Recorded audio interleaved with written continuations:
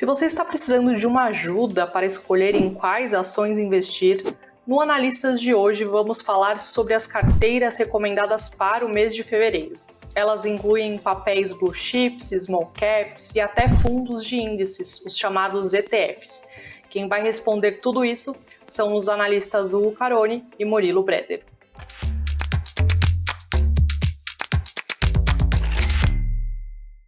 Oi Hugo, oi Murilo, sejam muito bem-vindos ao programa. Olá, Érica. Olá, investidores. É isso aí, começando 2022 com tudo. Janeiro foi para conta, mais um mês positivo aí, dezembro positivo, janeiro positivo.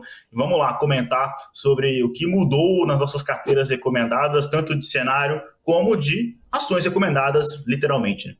Fala pessoal, tudo bem? Tudo bem, Murilo? Tudo bem, Érica?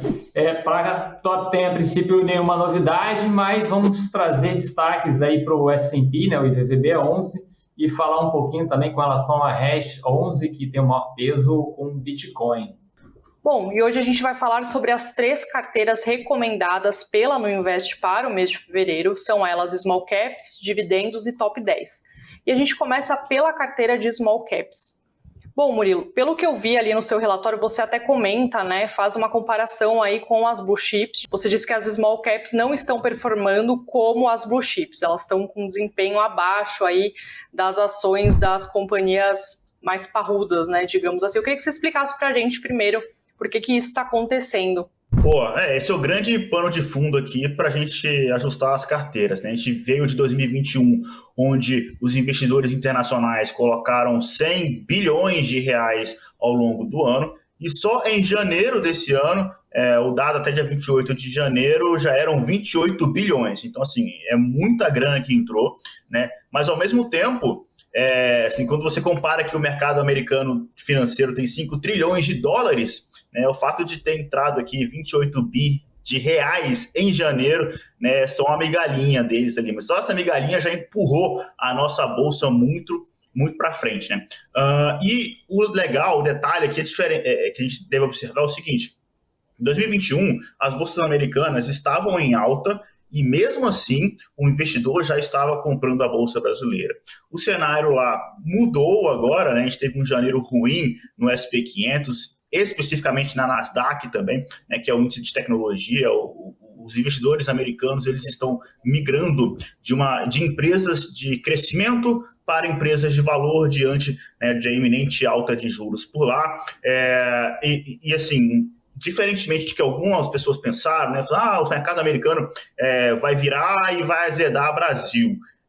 Não foi isso que aconteceu, ou que está acontecendo, né? Pelo contrário, esse azedamento da Bolsa americana, na verdade, acelerou a entrada de recursos aqui no Brasil, e aí isso impacta especialmente as maiores empresas da Bolsa Brasileira, né, as 10, 12 maiores empresas da Bolsa, tá? E esse investidor internacional está comprando, por exemplo, muita commodity, porque é uma proteção contra a inflação, está comprando os bancos tradicionais também que resolveram andar.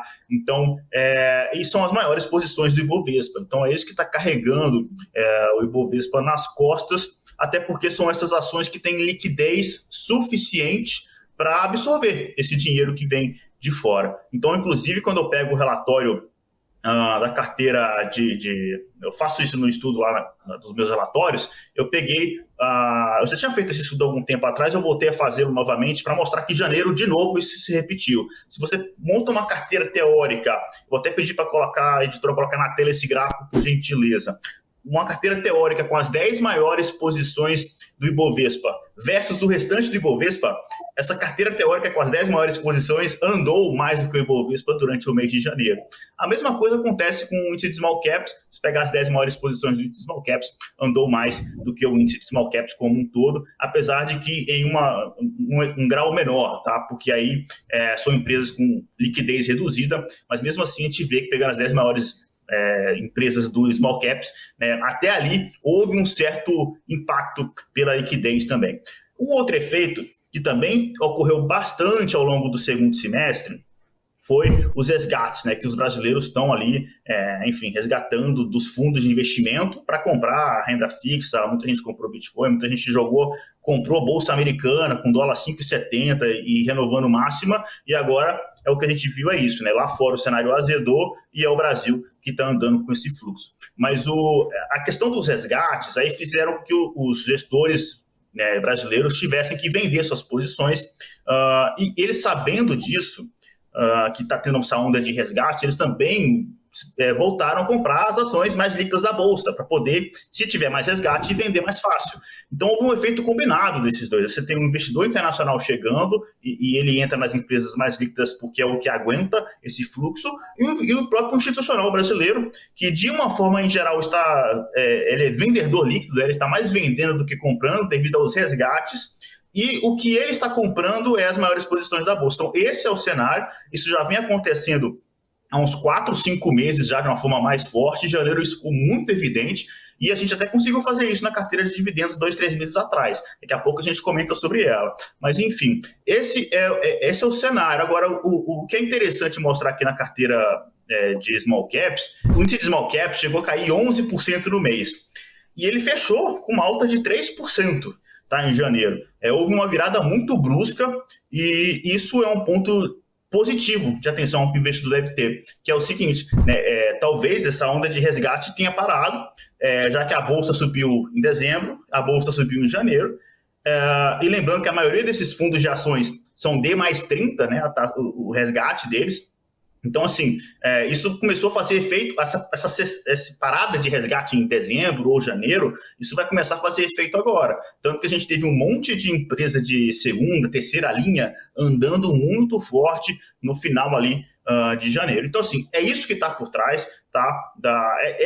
Essa é toda a história de por que as blue chips, nesse exato momento, seguem andando mais do que as small caps. É isso que justifica, né, esse cenário. Legal. E falando agora da carteira mesmo, da performance, né? Você comentou aí do índice Small Caps, que fechou aí com alta de 3%. Você pode falar um pouquinho como é que ficou a performance da carteira sugerida por vocês? Bom, a gente ficou um pouquinho para trás, tá? O índice subiu 3%, a gente ficou próximo ali do 0 a 0. A gente estava no negativo e no finalzinho do mês fechamos ali levemente no positivo. Mas eu acho que mais do que olhar para o mês passado, né, quem é um investidor de longo prazo já sabe disso há muito tempo, tá? O importante é você olhar numa janela maior de tempo. Então, quando a gente olha, por exemplo, numa janela de 12 meses, né, os últimos 12 meses que começa a ficar interessante, a gente está com uma alta ainda de 6% contra menos 12% do índice de small caps. Então, assim, está muito na frente quando olha para 12 meses, e quando pega desde o início, desde outubro de 2020, a gente está com quase 25%, 24,7% para ser preciso. Está aí o gráfico de rentabilidade também na tela para quem quiser dar uma olhada, contra 3,7% do índice de small cap. Tá? Então, assim, a performance também segue muito bem, né? O mês de janeiro a gente ficou um pouquinho para trás, mas faz parte do jogo. Tá? O importante é que quando a bolsa cai, eu já falei isso também, eu continuo com essa filosofia, eu gosto bastante dela. Quando a bolsa cai, eu quero cair menos, e quando a bolsa subir, eu quero pegar carona nesse movimento e subir também. Eu acho que se eu conseguir evitar as grandes quedas e simplesmente subir quando o humor virar, esse para mim é a receita do sucesso no longo prazo. Bom, e falando agora da novidade, né, do mês, vocês incluíram, né, na verdade, a ação da 3R Petroleum, e eu queria entender qual que é a expectativa da entrada desse papel na carteira, né, quais são os impactos que ele deve trazer aí para a performance da carteira como um todo.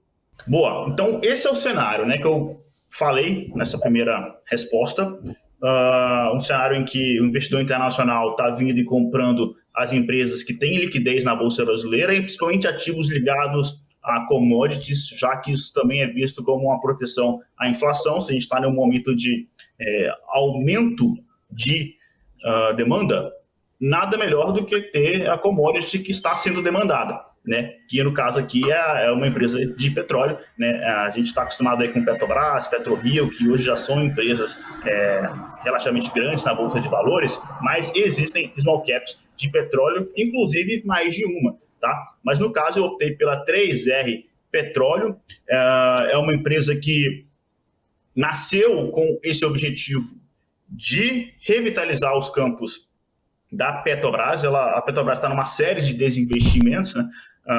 E ela participa desses leilões, pega esses campos maduros da Petrobras e daí aplica, inclusive o nome dela vem daí, né? Os 3 R's de redesenvolver, revitalizar e repensar. Então ela pega esses campos maduros da Petro, que tem anos que ela não faz ali algum investimento, não é o objetivo principal dela, ela está focado, a Petrobras, né, focado em extrair extrair petróleo do pré-sal, e a 3R está pegando principalmente esses campos que a gente chama de onshore, né, esses campos em terra, e trocando ali tubulação, reuso de água, eficiência energética, investindo em tecnologia.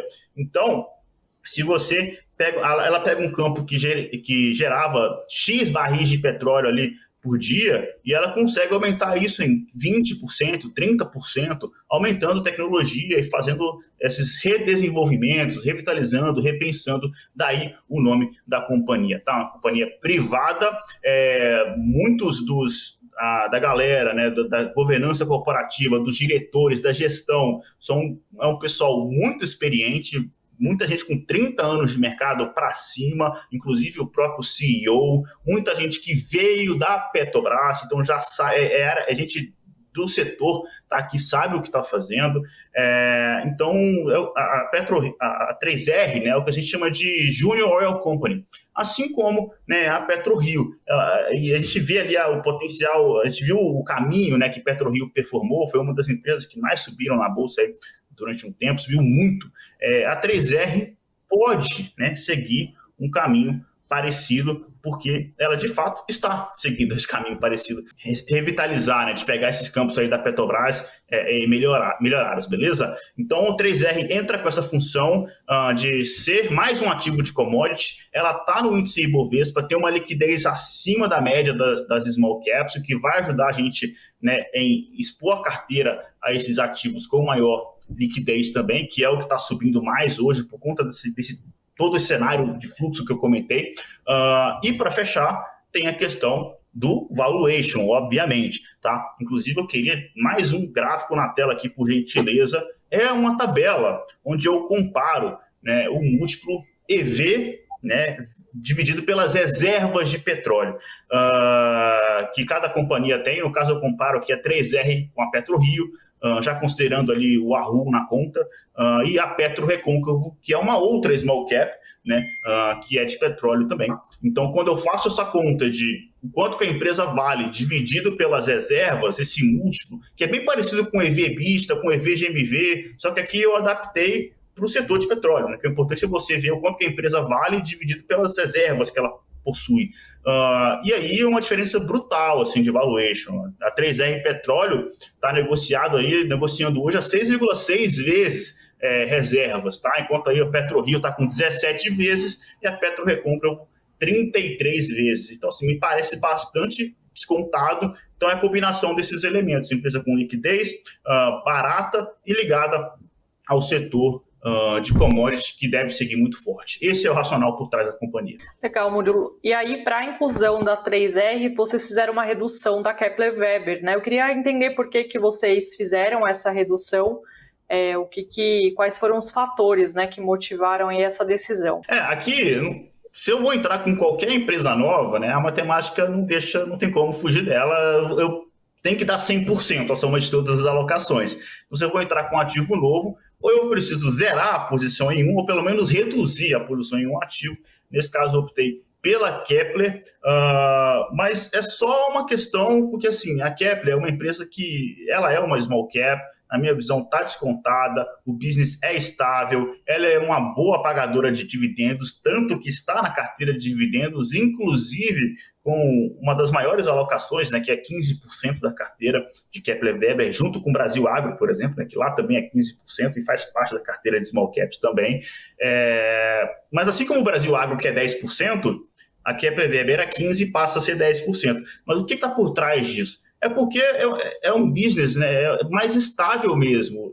E quando a gente olha para a Kepler, não é uma empresa que tem esse potencial de duplicar, triplicar de tamanho. né? A Kepler já é líder isolada assim, de market share de estilos metálicos, então, assim, é mais olhando para longo prazo, tá? Nesse potencial de longo prazo, que eu acho que aí Kepler e Brasil Agro casa bastante com a carteira de dividendos, casa com small caps também, porque são ativos de fato, empresas de menor porte e descontadas, mas é isso, tá? Que tá por trás. E para a cereja do bolo é o fato de que a 3R tem uma liquidez melhor do que a Kepler, né? Que não é uma liquidez ruim, mas a 3R tem uma liquidez de fato bem maior, então a gente ajusta isso, né? Eu retiro uma empresa, diminuo a exposição a uma empresa que tem uma liquidez mais baixa, entro com uma empresa com uma liquidez maior, beleza?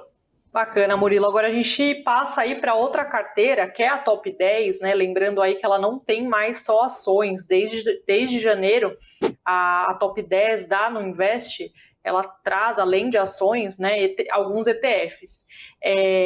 Hugo, passando agora a palavra para você, né, que coordena aí essa carteira, eu queria entender como é que ficou a rentabilidade de janeiro da carteira. Vamos lá. Aproveitando até o que o Murilo comentou com vocês anteriormente, que a gente teve recente a valorização vamos falar do IBOV aqui, né, no caso não vou nem falar com relação aos small caps, com peso maior daquelas 10 empresas que têm quase 50%, se não me engano, do IBOV, do índice. Então, não só pontuando com relação à Top 10, tá? Para quem acompanha a referência da carteira semanal, segue mais ou menos o mesmo conceito com relação a quando a gente tem um mercado, no caso o IBOV, se valorizando, né, se movimentando de forma positiva por conta desses poucos ativos, tá? Não o mercado como um todo se valorizando, normalmente, não é regra, mas a maioria das vezes, é um momento que eu tenho também, não só para a Top 10, mas também para a referência da carteira semanal, um desempenho abaixo da média do mercado. Eu não tento readaptar, mesmo que tenha a expectativa de que esses ativos podem ainda ter um bom comportamento por mais algum tempo. Permaneço com os ativos, tanto que a Top 10 nem teve troca, tá aí seguindo o mesmo raciocínio, na semanal a gente também continua normalmente com os mesmos ativos, tá?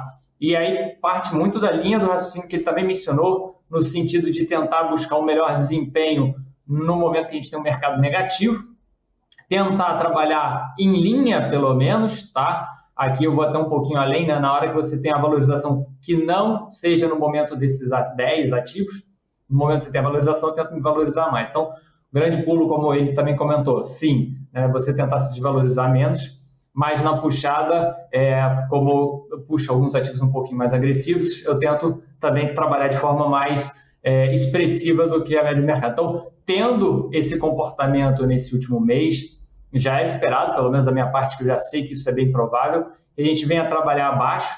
A gente teve uma referência com relação ao último mês na Top 10 de 1,74, o IBOV teve os seus 6,98 nesse mês de janeiro, tá? Começando o ano. Legal, e até emendando aí uma pergunta, né, dentro desse contexto, porque a gente tem um ano bastante conturbado, digamos assim, com eleição, né, muitas indefinições aí políticas e econômicas, ter essa carteira diversificada e com ativos de fora, criptomoeda, enfim, ela faz todo sentido para esse ano, principalmente? Para quem não quer ter nenhuma surpresa muito expressiva, sim, seria o caminho. Claro que se você tiver um mercado nesse ano mais favorável, continuando, né, nesses 10 ativos que têm maior peso, mas a gente vai ficar com uma referência com rentabilidade menor, porque você vai estar buscando uma diversificação maior e, por outro lado, também uma possível volatilidade menor. Tá? E destacando o que a gente tinha falado da última vez, ano eleitoral, pelo menos acho que os últimos 7, se eu não me engano, a gente trouxe com relação à questão de que o mercado oscila e tudo mais, mas que acaba terminando o ano mais ou menos ali na mesma região. Caiu 15, subiu 15, parece muito, mas oscila ao longo do ano e acaba não sendo tão direcional. A gente não pode dizer que nunca vai acontecer, tá? Mas dos últimos, o comportamento foi o mesmo, tá? A gente oscila tanto para o lado positivo e negativo e acaba terminando o ano mais ou menos ali na mesma. Então, provavelmente, só no outro ano que a gente consiga buscar mais um direcional e, eventualmente, focar, talvez, em algumas empresas que, eventualmente, possam não estar na carteira, ou alguma que venha a fazer parte da carteira que talvez comece a demonstrar que não está indo muito bem e possa vir a ser retirado. E aí, como você mencionou, sim, a gente tem um peso pequeno, né, mas a gente tem o ETF do S&P, a gente tem um ETF de criptomoedas com maior peso para a referência do Bitcoin e do Ethereum, e aí, claro, né, o maior peso disparado por enquanto de BOVA. Mudança que a gente vai falar mais à frente com relação a isso, por enquanto não, tá? Na distribuição, a princípio, vai manter aí, pelo menos, para o que tudo indica, né, ao longo desse ano, mais ou menos essa proporção, a não ser que a gente tenha uma diferença muito grande, pontuando aqui pelo menos com relação ao IBOV e ao S&P. Vou até pedir para a Amanda depois colocar aqui para a gente na tela uma referência de um gráfico para vocês entenderem que é um gráfico de estacionalidade entre a razão do S&P e do IBOV. E o comportamento, como vocês estão acompanhando na tela, está praticamente dentro da normalidade. E caso a gente venha a ter uma distorção em relação a esses dois ativos, a gente pode mudar a alocação aumentando um pouco, já que o IBOV já está com uma alocação bem alta, aumentar um pouco a alocação com relação ao S&P. E, cruamente falando do S&P, eu vou mostrar aqui para vocês o que pode vir a ser essa referência.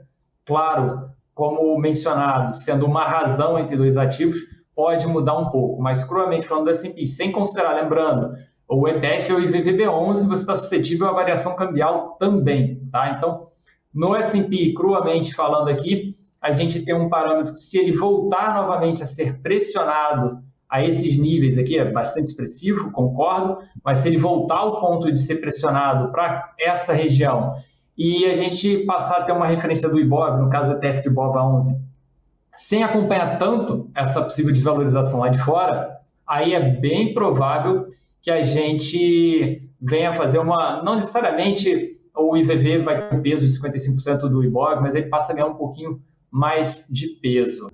Só para esclarecer, né, o S&P é um índice negociado lá nos Estados Unidos, na Bolsa de Nova York, e ele é composto por 500 empresas.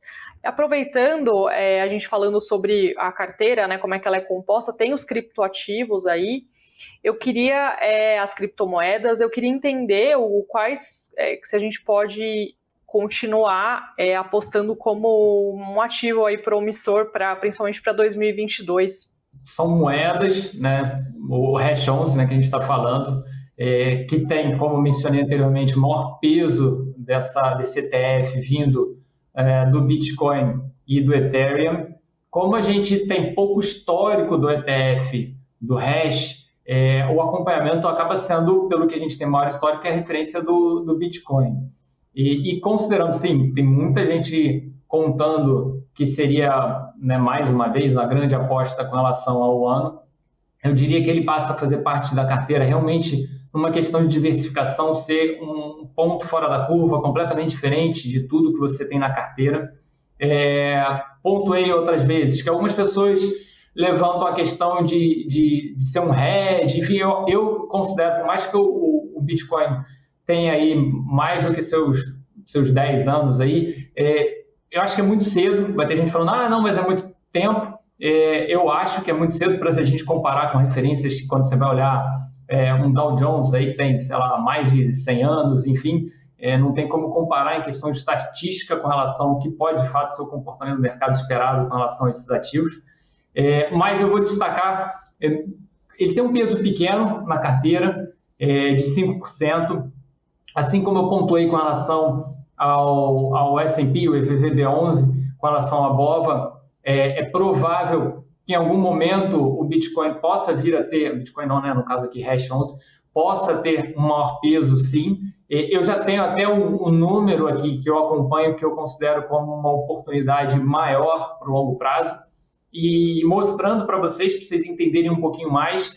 Eu vou puxar um pouco para trás, esse aqui é o valor atual, mas para vocês entenderem o comportamento histórico que ele teve, do que a gente tem até o momento. Essa região inferior em azul é o destaque onde várias vezes violou, parece visualmente pouco, tá? Mas a realização abaixo dessa região também ainda chegou a ser bastante expressiva, mas foram faixas para o longo prazo, onde o mercado passou a desacelerar do ritmo anterior de queda e começou a acelerar positivamente. Então, mais recente que a gente teve nessa região foi aí em março de 2020, e se a gente chegar nesse nível, é muito provável, lembrando, aqui é o Bitcoin e o Hash deve ter um comportamento parecido, enquanto o Bitcoin tiver um maior peso dentro dessa composição de ETF. Então, se a gente chegar a algo próximo do que seria mais ou menos os $25 mil, ou um pouquinho abaixo, é bem provável que ela comece, aos poucos, ganhar um pouquinho mais de peso da carteira. Não necessariamente vai sair de 5% para 10%, talvez possa ser algo um pouco mais lento, vai ali para 6%, depois 7%, eventualmente vou fazendo o ajuste a cada mês. Então, a gente já tem noção que se chegar ali, mas está longe e tudo mais, ele não é obrigado a chegar lá, mas historicamente foi região de oportunidade.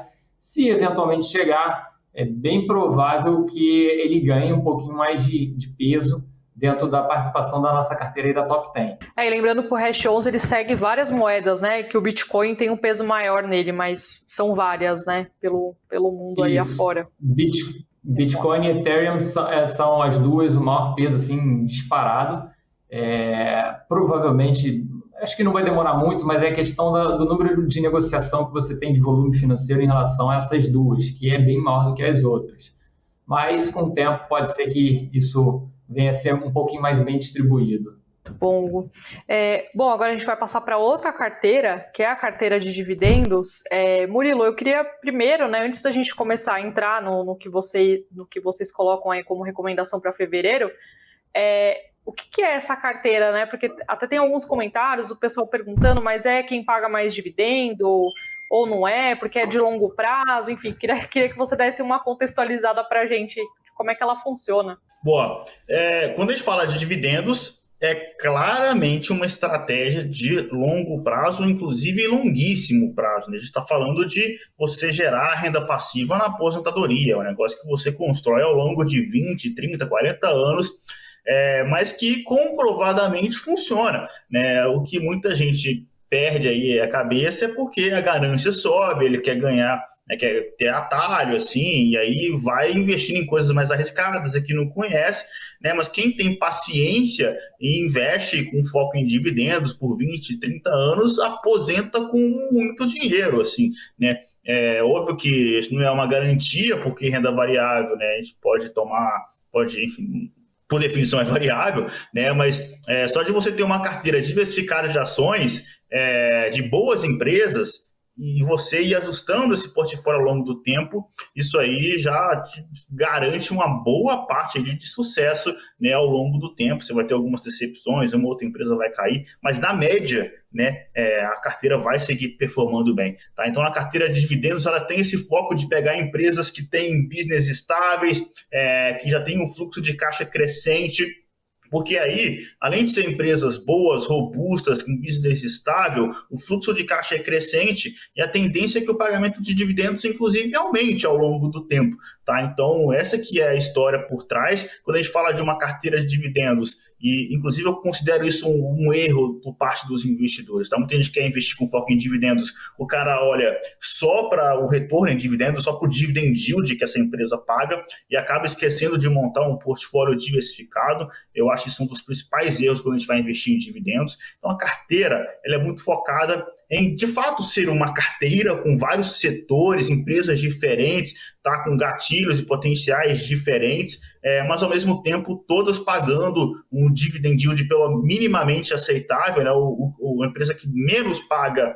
é a Coca-Cola. Mesmo assim, a Coca-Cola assim, é uma realidade diferente, porque é uma empresa norte-americana, e mesmo assim a Coca-Cola ela tem um histórico invejável de pagar, de aumentar ano a ano o dividendo por ação distribuído há coisa de mais de 50 anos, salvo engano, é um negócio que está chegando a 60 anos, se é que já não passou, tá?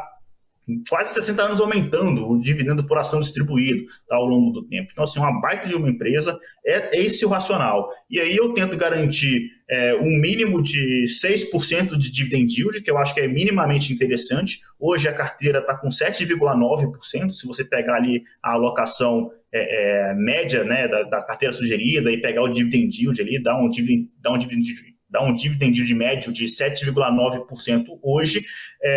E outra coisa, né, a carteira de dividendos, um foco em dividendos, não significa a ausência de potencial de valorização, né? É uma coisa que muita gente torce o nariz e acha que a carteira ali, enfim, é só para ganhar dividendos e acha pouco, né? Ganhar 8%, 7% ao ano, mas não é só isso, né? Quando a empresa entra na carteira, ela entra porque ela também tem um potencial de valorização, no preço da ação. Então, assim, 7, 8% do dividend yield, dependendo de uma empresa robusta, né, que vai pagar muito dividendo, a gente pode estar falando de 10%, 12%, em casos mais específicos tem a Petrobras, que está com expectativa de pagar 20% de dividend yield. Então, esse dividend yield, mais o potencial de valorização. Então, por isso é uma carteira bastante recomendada, muito famosa, né? Porque é isso, assim, você tem algo um pouco mais seguro, que é o dividendo, que você sabe que ele vai pingar ao longo do tempo e ainda conta com potencial de valorização de uma empresa que está num business estável, é robusta e de preferência com fluxo de caixa crescente. Muito bom, explicação aí dada. Então, Murilo, para fevereiro a gente não teve alteração, né, na carteira, mas eu queria que você comentasse quais são os destaques aí, digamos, que a gente pode ficar de olho para fevereiro.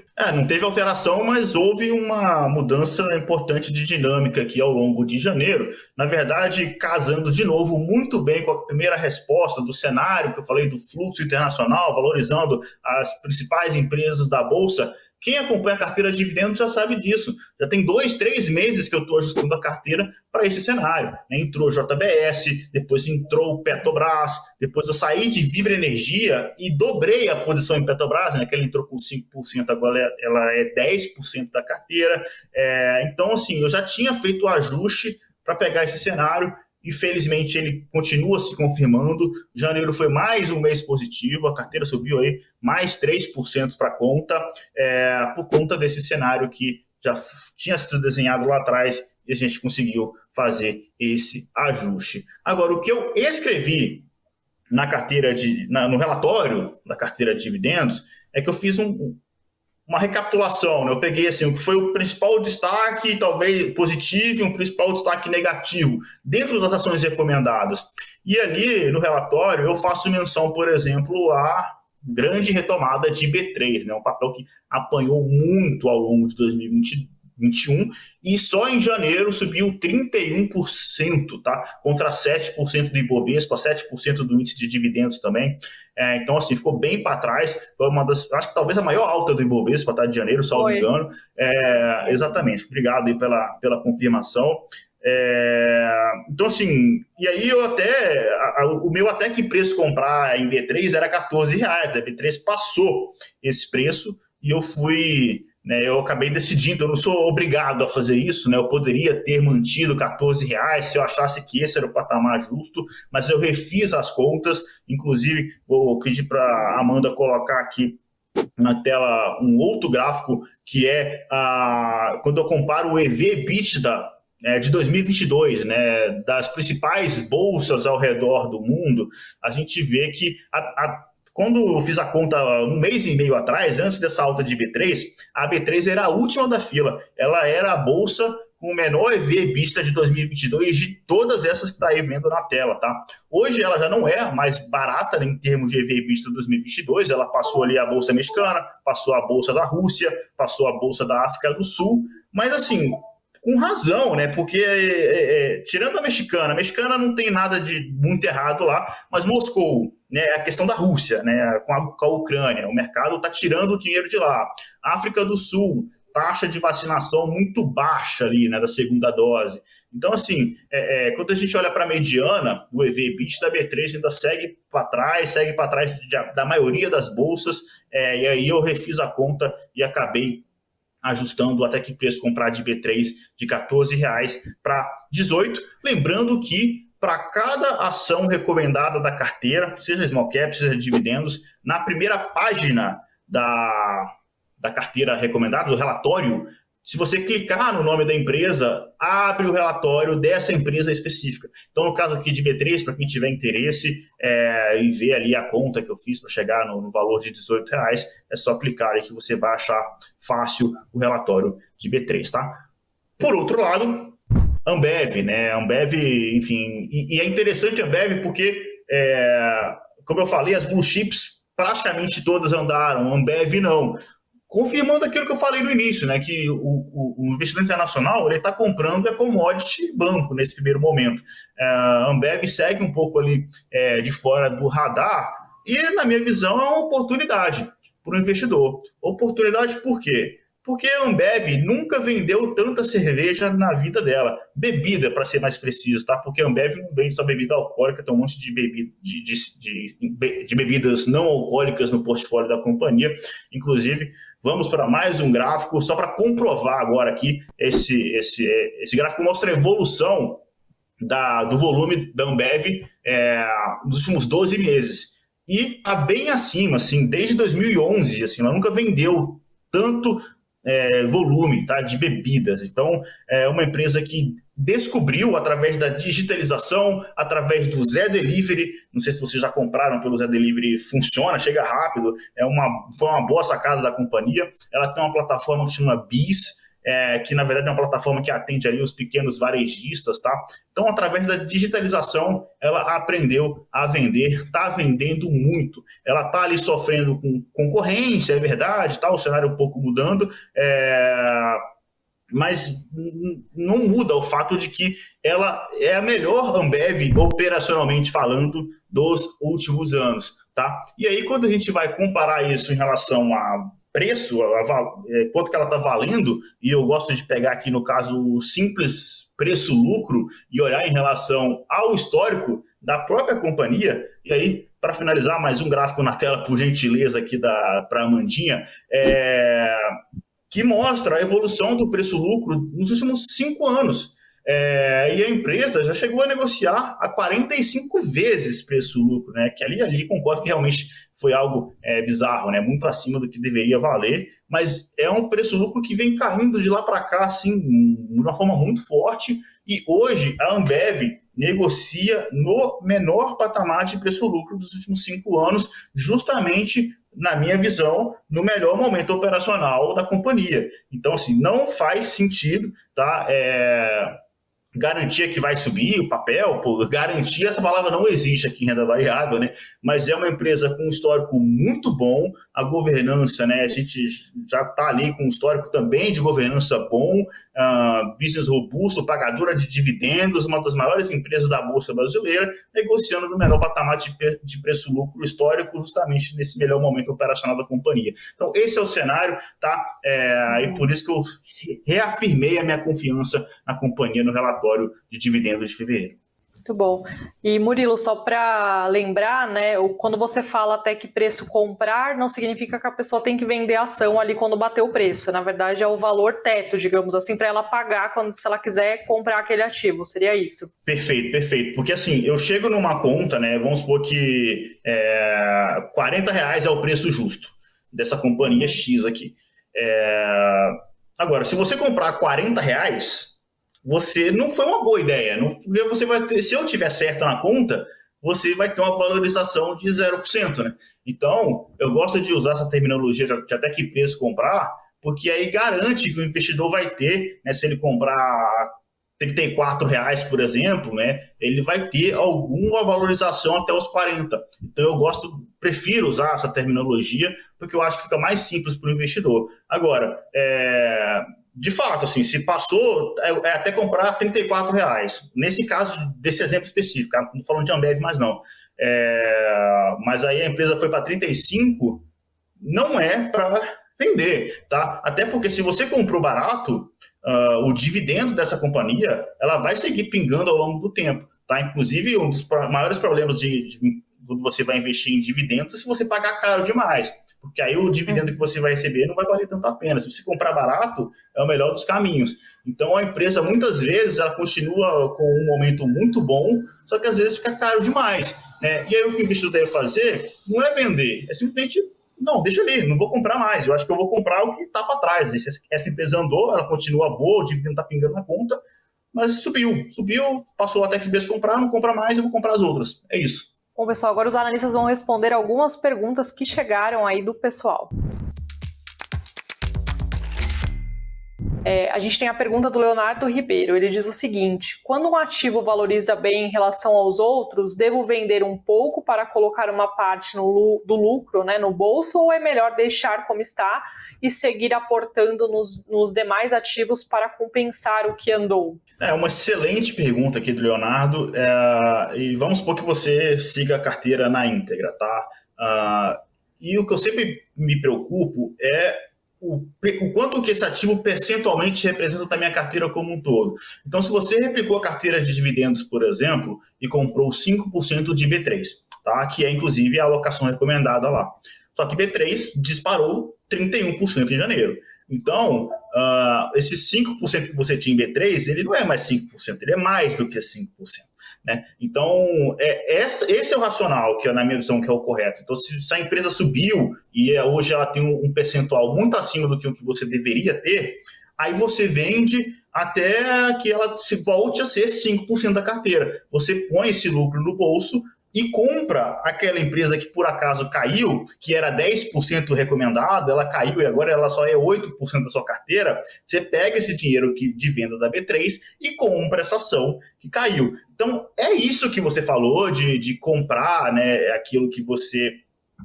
aquilo que ficou para trás e vender um pouco aquilo que subiu, mas não é do nada, assim, é olhando o quanto que você queria ter percentualmente. Eu acho que esse é o parâmetro, tá? Assim você consegue ter um controle muito melhor da sua carteira.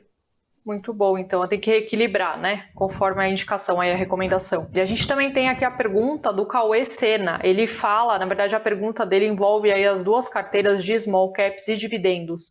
Ele diz que ele leu os relatórios das carteiras e o texto dá para entender que misturar as boas pagadoras de dividendos com as pequenas com alto potencial de crescimento seria uma boa estratégia. Mas ele quer saber o critério, né, de como é que se pode equilibrar essa composição entre small caps, né, e empresas aí, as chamadas blue chips. Então, para quem não está entendendo o que ele está falando, primeiro eu sugiro você ler o relatório, né? Porque ali você vai encontrar realmente informação detalhada, eu escrevi ali, mas vou pedir para colocar na tela esse gráfico que ele está fazendo menção. Por favor, Amandinha, faça a honra. Neste gráfico de bolhas aqui, né? Cada bolha é um índice, então a gente tem um índice de small caps, um índice de dividendos e o Ibovespa. E o que eu fiz? Eu peguei uma análise dos últimos 10 anos de cada um desses índices e peguei o retorno médio anual de cada um deles e a volatilidade anualizada deles também, para representar ali o risco. Ou seja, quanto mais para a esquerda desse gráfico e para cima, melhor, né? Melhor relação risco-retorno. E nesse gráfico fica muito claro que tanto o índice de small caps como o índice de dividendos tem uma relação, não só o retorno médio maior do que o Ibovespa, como a volatilidade é menor também. Então, se você fizer uma combinação de empresas small caps e empresas pagadoras de dividendos, historicamente, nos últimos 10 anos, isso foi uma receita de sucesso. Não é garantia, mais uma vez, de que isso vai se repetir daqui para frente, mas eu tenho uma convicção de que sim, tá? Eu vou explicar por quê. Porque small caps você tem, se você escolher bem, tá? Aqui, small caps tem que tomar um cuidado maior, porque são empresas mais fora do radar, não tem cobertura, então é muito fácil o investidor comprar ali as chamadas value traps, fazendo menção justamente ao Analistas em Ação da semana passada. Mas se você escolher bem, são empresas que têm um potencial de alta realmente muito forte. Que empresas que podem dobrar, triplicar de tamanho, diferentemente de uma Ambev, que está na carteira de dividendos. A Ambev não pode, nem se ela quisesse dobrar de tamanho, porque ela já é dona de mais de metade do market share brasileiro. Não tem como, matematicamente falando. Tá? Isso não quer dizer que a Ambev não presta, né? Inclusive presta, porque paga dividendo, está barato, enfim, acabei de comentar sobre a empresa. Mas são coisas diferentes, são potenciais diferentes. Né?